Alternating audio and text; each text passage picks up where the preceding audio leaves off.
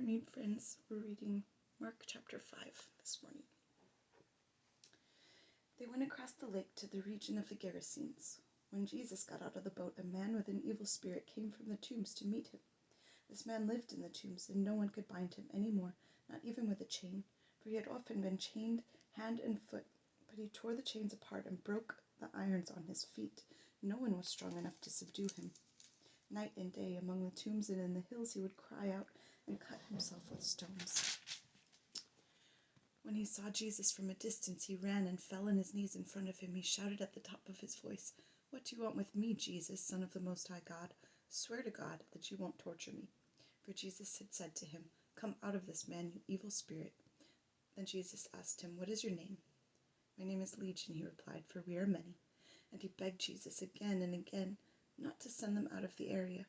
A large herd of pigs was feeding on the nearby hillside. The demons begged Jesus, "Send us among the pigs, allow us to go into them." He gave them permission, and the evil spirits came out and went into the pigs. The herd, about 2,000 in number, rushed down the steep bank and into the lake and were drowned. Those tending the pigs ran off and reported this in the town and countryside, and the people went out to see what had happened. When they came to Jesus, they saw the man who had been possessed by the legion of demons sitting there, dressed and in his right mind, and they were afraid. Those who had seen it told the people what had happened to the demon-possessed man and told about the pigs as well. Then the people began to plead with Jesus to leave their region. As Jesus was getting into the boat, the man who had been demon-possessed begged to go with him. Jesus did not let him, but said, "Go home to your family and tell them how much the Lord has done for you and how he has had mercy on you." So the man went away and began to tell in the Decapolis how much Jesus had done for him, and all the people were amazed.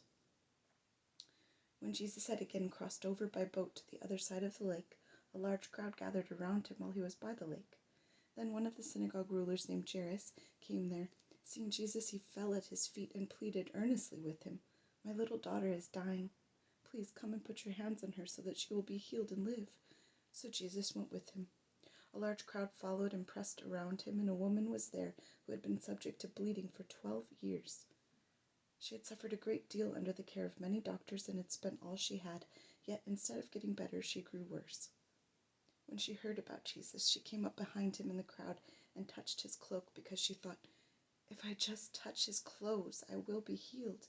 Immediately her bleeding stopped, and she felt in her body that she was freed from her suffering. At once Jesus realized that power had gone out from him. He turned around in the crowd and asked, "Who touched my clothes?" "You see the people crowding against you," his disciples answered, "and yet you can ask, 'Who touched me?'" But Jesus kept looking around to see who had done it. Then the woman, knowing what had happened to her, came and fell at his feet, and trembling with fear, told him the whole truth. He said to her, "Daughter, your faith has healed you. Go in peace and be freed from your suffering." While Jesus was still speaking, some men came from the house of Jairus, the synagogue ruler.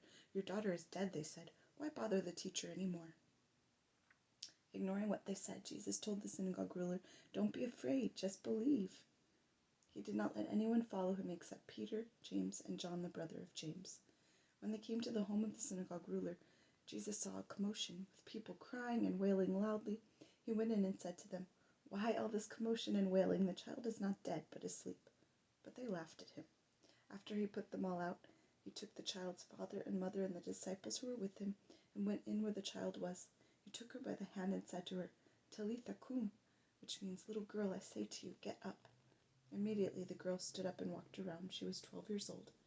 At this they were completely astonished. He gave strict orders not to let anyone know about this and told them to give her something to eat.